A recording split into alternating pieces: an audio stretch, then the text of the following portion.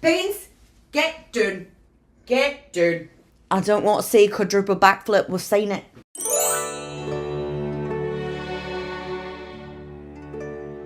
Hello, brothers and sisters in Christ. Welcome back to another episode of Brat Girl Summer Bible Study Edition. I'm just kidding.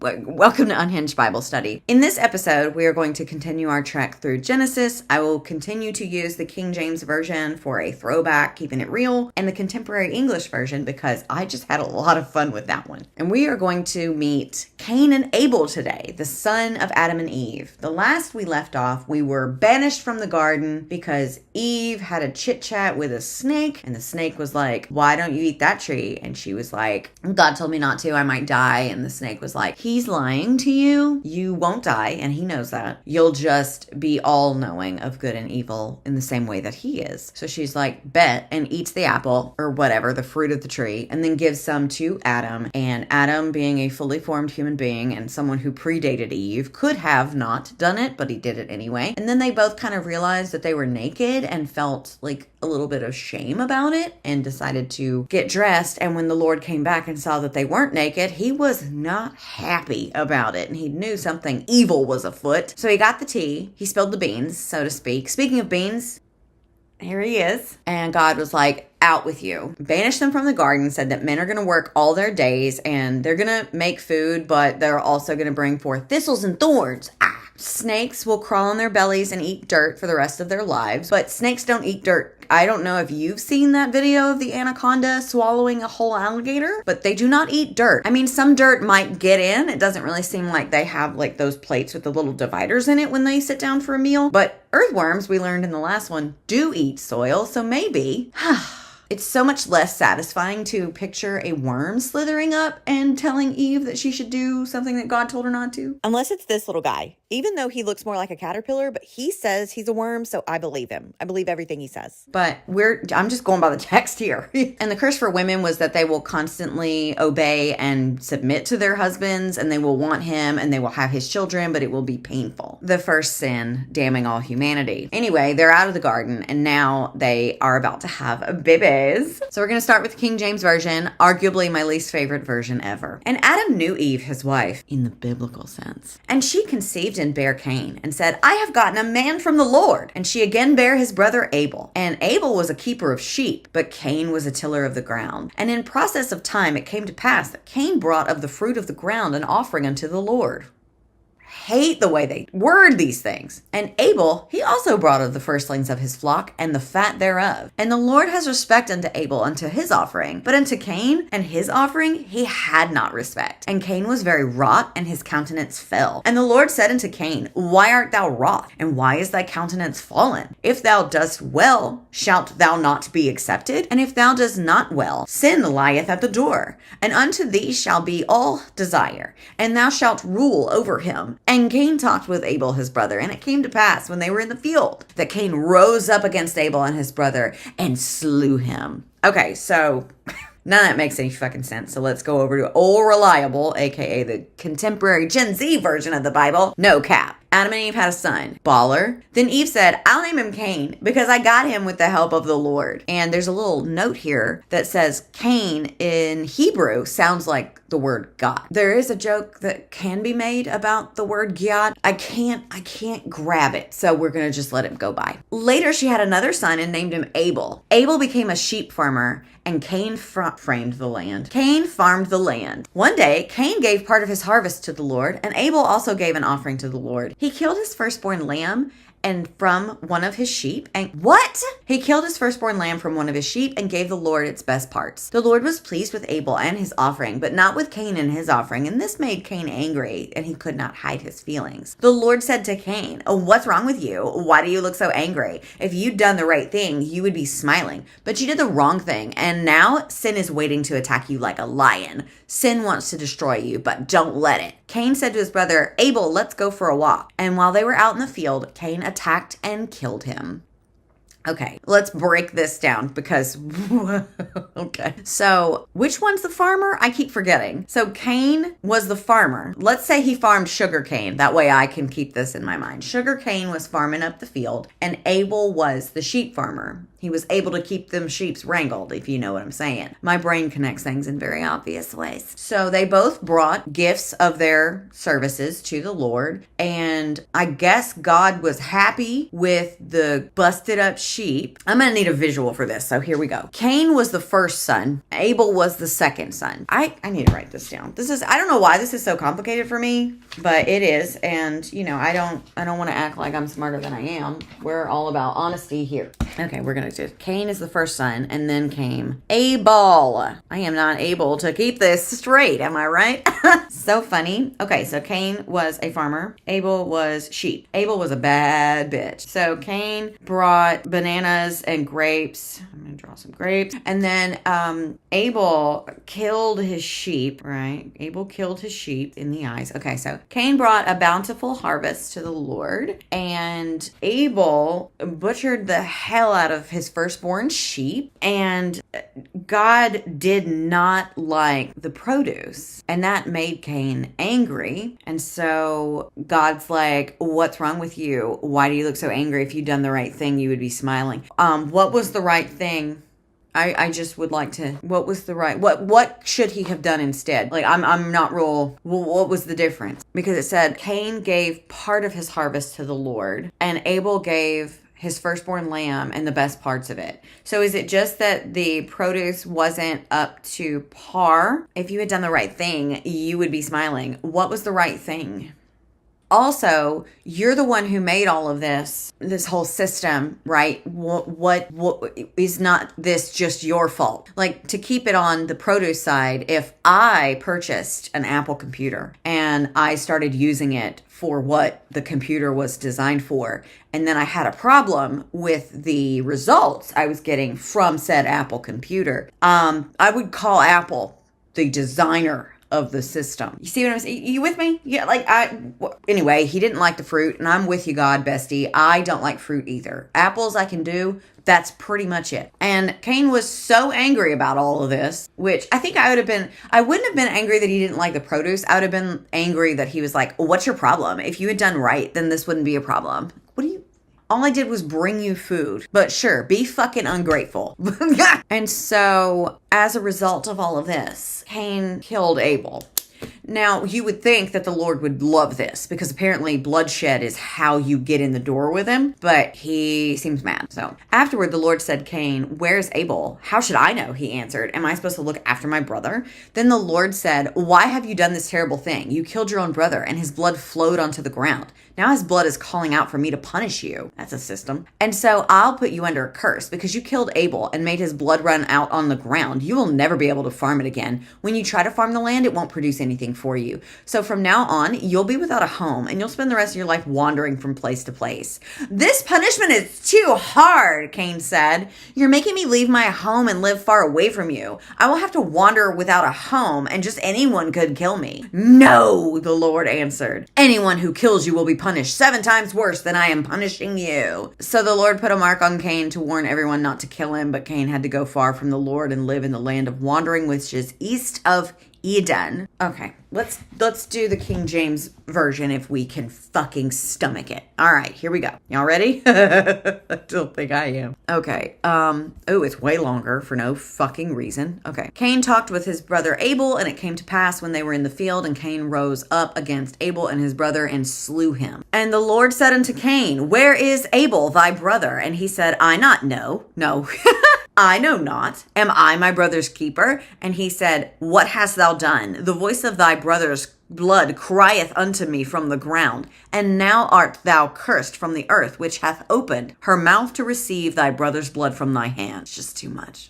Just doing too much. While thou tilleth the ground, it shall not henceforth yield unto thee her strength. A fugitive and a vagabond shalt thou be in the earth. Not a vagabond, oh bother. And Cain said unto the Lord, my punishment is greater than I can bear. Behold, thou hast dripped. Cain is sassy. I don't know why I'm getting it from him. He just seems like a brat. Cain is brat. My punishment is greater than I can bear. Behold, thou hast driven me out this day from the face of the earth, and from thy face shall I be hid, and I shall be a fugitive and a vagabond in the earth. And it shall come to pass that everyone that findeth me shall slay me. How can everyone find you and slay you? You usually only die once. And the Lord said unto him, therefore, whoever shall Therefore, whosoever slayeth Cain, vengeance shall be taken on him sevenfold. And the Lord set a mark upon Cain, lest any finding him should kill him. So the mark of Cain, I remember the mark of Cain coming up in Supernatural. Yes, we're talking about Supernatural again. A lot of biblical imagery in there. So it was fun to watch that show for a long time. But the mark is said to keep other people from killing him. I have two questions. Why are we just assuming that people would kill him? Question two, what people? As far as I'm understanding, it's just Adam and Eve. What people? I am confusion because I was under the impression that these four bitches were the only bitches that be. So I don't know what they're talking about. It almost makes it seem like this whole story exists inside of an already existing world, which pulls me into questioning the validity of the young earth creationists thinking that this was the beginning of all men. If these four people were the beginning of all men, I don't really know what Cain is worried about. There shouldn't be anybody else out there. But whatever. All right, we're continuing in King James just because it's just fun to have a little challenge, isn't it? And Cain went out from the presence of the Lord and dwelt in the land of Nod on the east of Eden. And Cain knew his wife, and she conceived. Who is his wife? Who is she? Where'd she come from? And Cain knew his wife, and she conceived and bare Enoch, and he builded a city. He builded it? Wow, big proud. And called the name of the city after the name of his son Enoch. And upon Enoch was born Irad, and Irad begat Mehual, wow, and Mehual begat Methuselah, and Methuselah begat Lamech. Contemporary, please, bring it home, bring it home, bring it home. Cain and his wife had a son named Enoch, and at the time Cain was building a town, so he named it Enoch after his son. Then Enoch had a son named Irad, who had a son named Mehual. I'm saying that the best I can. Hold on, I have this whole little... Mehujiel? Okay, Mehujiel, who had a son named Methuselah, who had a son named Lamech. Okay, so we're just speeding through. This is a time continuum. Lamech married Adah. Who's Adah? Where did Adah come from? Then Zillah. Wait a minute, two of them? Oh. Yay, a celebration of marriage. Woo! This is absolute ludicrous. Okay, so Adah and Zillah. Lamech and Adah had two sons, Jabal and Jubal. All right. Their son Jabal was the first to live in tents and raise sheep and goats. No. Abel was the first to do the sheep thing. Isn't that? Wow. Well, their son Jubal was the first to play harps and flutes. Now that might be true. Lamech and Zillah had a son named Tubal. They are just right there together. And it's like, this is Kyle, this is Lyle, this is Miles. It's nice to meet you. Like, branch out a bit. A son named Tubal Cain, who made tools out of bronze and iron. They also had a daughter whose name was Naamah. One day, Lamech said to his two wives, "A young man wounded me, and I killed him." Okay. Well, I mean, not to quote Lil Jon in the midst of this beautiful passage, but don't start no shit, won't be no shit. Anyone who tries to get even with me will be punished 10 times more than anyone who tries to get even with Cain. Okay. Adam and his wife had another son. Which wife? Wait, Adam. We're back. Oh, there's so many freaking names. Adam and his wife had another son. They named him Seth because they said, "God has given us a son to take the place of Abel, who was killed by his brother Cain." Later, Seth had a son and named him Enosh. About this time, people started worshiping the Lord. Well, yeah, because there's like 9 of them, 12 of them. So let's do a count. Adam, 1, Eve, Cain, Abel, may he rest, and Seth. Okay. And then we have, oh my God, Jesus Christ. Oh boy. Cain and his wife had a son named Enoch. Great. And Enoch had a son named Mehujal, if that's correct. And then Methuselah, which is hilarious because my grandma used to say that all the time. Old as Methuselah. Okay. And then Lamech. And Lamech had 2 wives who seemingly came of nowhere, of nothing and of no one. So that's 1, 2, 3, 4, 5, 6, 7, 8, 9. And then the 2 wives, right? Jubal, and Tubal. And then Naamah, their daughter, that's 15. And then Adam, and then what, had another son, his name's Seth, and Seth had Enosh, which is basically Enoch, except it's Enosh. It's Enosh! So that's 16 people. So, around this time, people started worshiping the Lord. Isn't that something? It's because there's only 16 of them, apparently. Now, I don't know where the wives' parents are. So Ada and Zillah are the wives. This is so ridiculous. Okay. And Zillah. Ada and Zillah are the wives who seemingly from nowhere. So there's 16 people altogether so far. And great. This spans multiple generations, obviously. So a lot of time has passed. But there's no other people mentioned in this whole thing. And then later, let's see what the King James Version says, the last couple of verses. And Adam knew his wife again, in the biblical sense. And she bare a son and called him Seth, for God said, she hath appointed me another seed instead of Abel, whom Cain slew. And to Seth, to him, there was also born a son, and he named him Enos. Then began men to call upon the name of the Lord. Well, yeah, that's how indoctrination works. Is like, you have a kid, you teach the kid what you think and believe. That kid has a kid, that kid teaches that kid what he thinks and believes based on what you think and believe, which you taught him. And now all of you are believing in this same horribly written thing. It's just a bunch of malarkey. Pardon my French. I'm so sorry. Okay, so we're going to go to 5. We're going to do 5 today because this is, how long have I been? Actually, a pretty long time. Okay, so Genesis 5. Next, we're doing more than one today. Aren't you so excited? I've got my little notepad here. We're doing great. Let's start with the King James Version, the OG. Adam's descendant. Oh, God. Okay. Whoa, this is just going to be a book of names at this point. This is the book of the generations of Adam. In the day that God... Oh, God, let me get my notes out. This is the book of generations of Adam. In the day that God created man in the likeness of God, made he him. Male and female created he them, and blessed them, and called their name Adam in the day they were created. All right, great. So we got Adam. This is going to be fun. I can already tell. And Adam lived 130 years. Dear God. Count me the fuck out. I'm dipping it around. Whenever everything starts to go to shit, I would like to leave. Adam lived 130 years and begot a son in his own likeness after his image and called him Seth. We just skipping by Cain. We know Abel. Wow. For the pro-life crowd, this seems a little weird to me, doesn't it? We're not even going to talk about Abel. Those are his children. Okay, so Seth. And the days of Adam after he had begotten Seth were 800 years.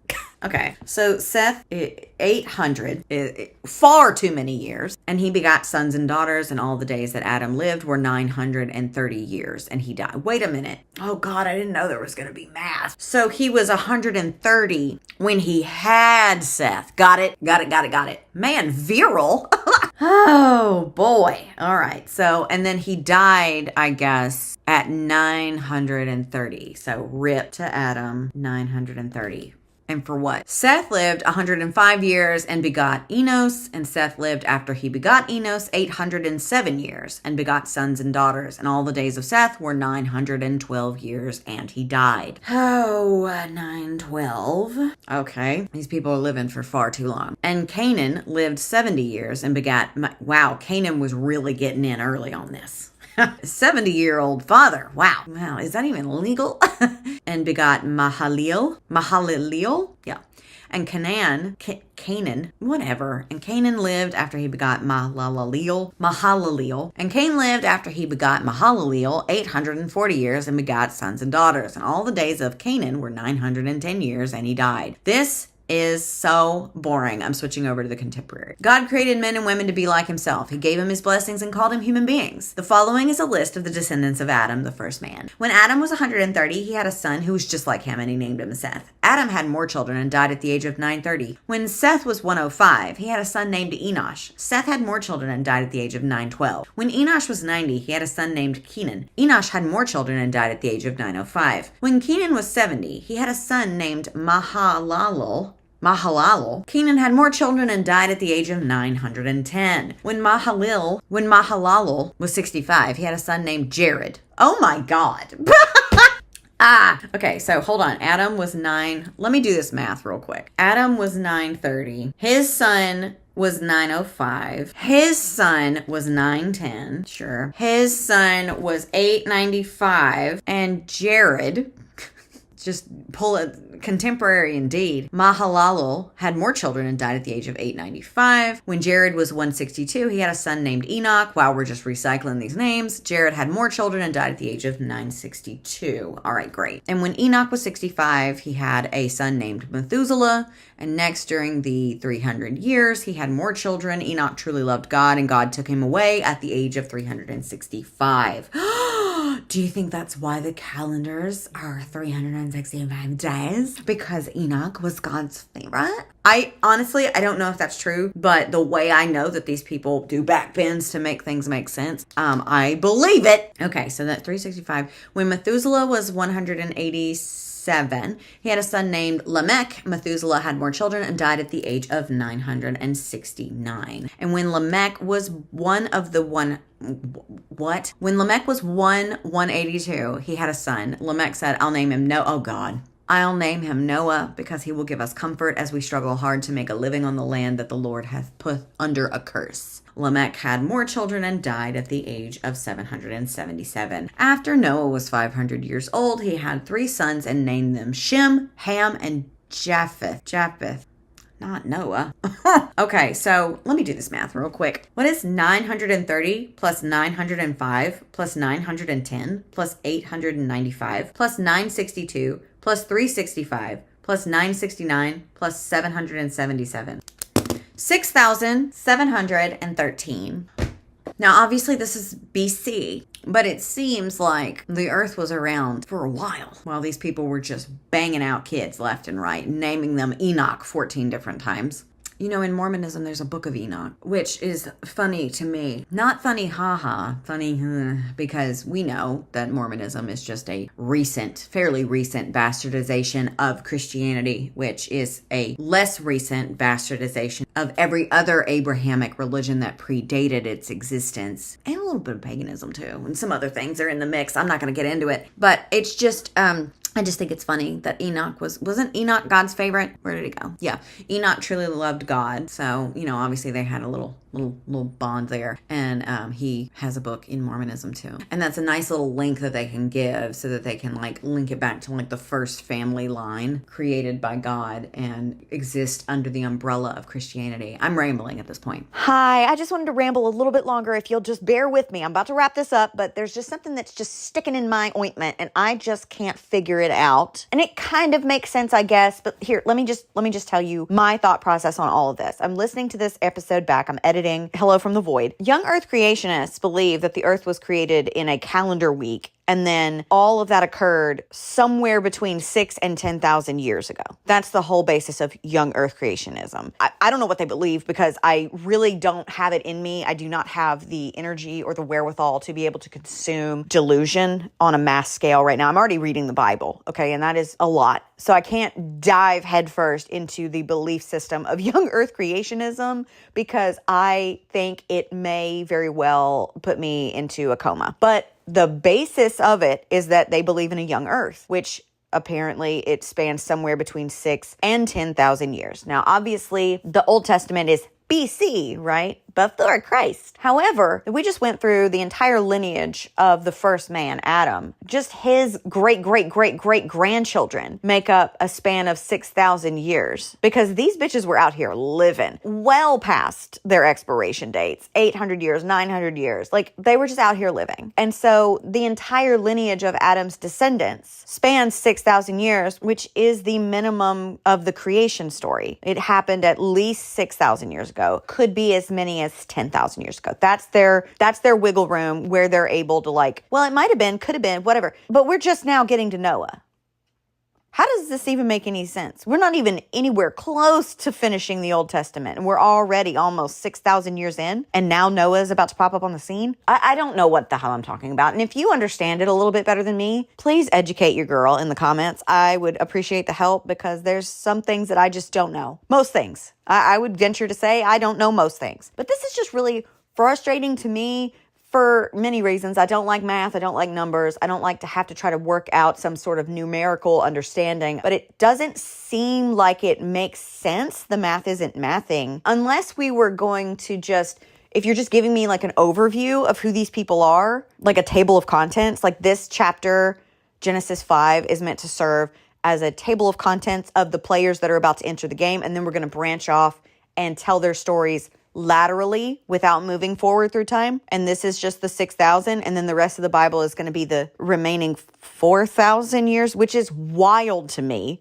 because we just started. I just don't understand how to make this make sense with young earth creationism and how they can make it make sense to themselves. It seems like a lot of time is passing, and the time is passing in the book that they believe in wholeheartedly. Do you understand what I'm saying? Am I making sense? Have I actually gone into a level of brain rot where I don't even understand myself anymore? I don't know. The timeline is a bit muddy to me, and it doesn't seem like it should be able to be believed in wholeheartedly when it is so muddy. Like, we're just getting to Noah and the flood that wipes the earth clean so that God can start completely over. And I know Noah has a bunch of kids. God knows how old those kids are. 6,000 years later, we're about to get the flood. And we haven't even gotten to any of the other stuff in the Bible yet. So like I said, I just don't get it. How someone could sit firmly in the belief that the earth is actually not millions of years old, the way science and carbon dating and all of the fossils that we find have kind of given us reason to believe it is. Delusion has no reason. That's the thing. Like, belief doesn't change facts, but facts, if you're rational, should change your beliefs. So I'm not sure how the literal math that is literally not mathing for their timeline isn't changing I can't understand how people can believe it. It doesn't make any sense. But we're just getting started, and I may be talking out of my ass. And you know what? Honestly, that's a high likelihood. So that's the end of 5. I guess we're doing 6 also because the Lord is about to flood the earth. And I'm ready because this is so stupid. How are you going to curse the land? Okay. Let's really talk about it before maybe we don't do 6 in this one. We do 6 in the next one because the flood is probably going to have a slew of questions that I have as well. I would like to posit the question for you to just ponder amongst yourselves or leave it in the comments when you do. God made Adam and Eve, right? And then Adam and Eve sinned and he banished them. And the curse for man was what? Bad farming land. Like, he would produce produce, he would make food, but he would also bring forth thistles and thorns of the land, right? And then Adam has a son, Cain, who is a farmer on the land that was cursed by Lord God Jesus Christ. Oh, Jesus hasn't got here yet. My bad. By our Lord and Savior. And then when Cain and his brother Abel bring God gifts of their trade, God is not impressed with the produce that Cain brought him from the cursed farming land that he cursed. I'm gonna need you to be so fucking for real. This is the worst parent that I have heard of. And we haven't even gotten to the worst parts yet. He knew that that land was cursed because he cursed it. And then Cain brought him plants and food from the earth anyway, and God turned his nose up at it. If you'd done the right thing,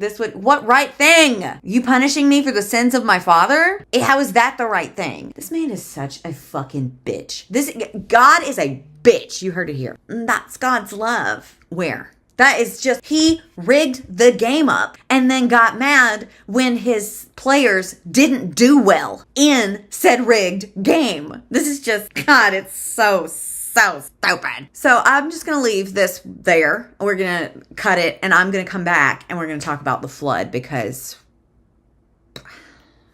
we love the flood.